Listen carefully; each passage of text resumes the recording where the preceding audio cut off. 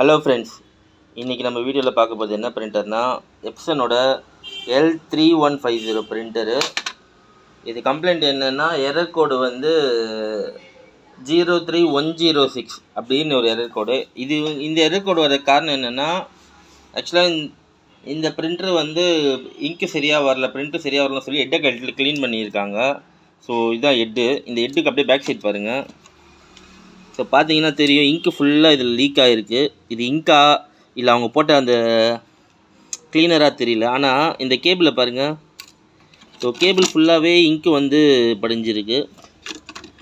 எப்போவுமே இது கிளியர், இந்த ஹெட்டை கழட்டி க்ளீன் பண்ணுறீங்கன்னா இதுக்குன்னு ஹெட் க்ளீனர்னு தனியாக இருக்குது, அது போட்டு தான் க்ளீன் பண்ணணும். நம்ம வேறு ஐபிஓ இல்லை டபிள்யூடிஓ இல்லை வேறு ஏதாச்சும் க்ளீனர்லாம் போட்டிங்கன்னா கண்டிப்பாக ஹெட்டு வேஸ்ட் ஆகிடும். ஹெட்டு வேஸ்ட் ஆகுது மட்டும் இல்லை, போர்டில் ஷார்ட் சர்க்யூட்டும் ஆகும். போர்டில் ஷார்ட் சர்க்யூட் ஆகிடுச்சுன்னா தான் அந்த 03106 எரர் வரும். ஸோ இப்போ இதில் என்ன பண்ணணும்னா ஹெட்டும் மாற்றணும். இந்த போர்டில் வந்து சர்வீஸ் பண்ணி போடலாம், ஆனால் அது அந்தளவுக்கு ரிலையபிளாக இருக்காது. ஸோ வந்து போர்டும் மாற்றுற மாதிரி இருக்கும். தட் மீன்ஸ் என்னென்னா பிரிண்டரே மாற்றிடலாம். ஏன்னா இது வந்து ப்ராப்பராக வந்து க்ளீன் பண்ணாமல் வேறு ஏதோ ஒரு க்ளீனர் வச்சு க்ளீன் பண்ணிகிட்ருக்காங்க. ஸோ ஹெட்டு டேமேஜ் ஆகி போர்டையும் சேர்த்து டேமேஜ் ஆகிடுச்சு. ஸோ இனிமேட்டு ஹெட்டு க்ளீன் பண்ணுறதா இருந்தால் ஹெட் க்ளீனர் சொல்லி விற்குது, அதை போட்டு க்ளீன் பண்ணுங்கள், வேறு எதுவும் யூஸ் பண்ணாதீங்க.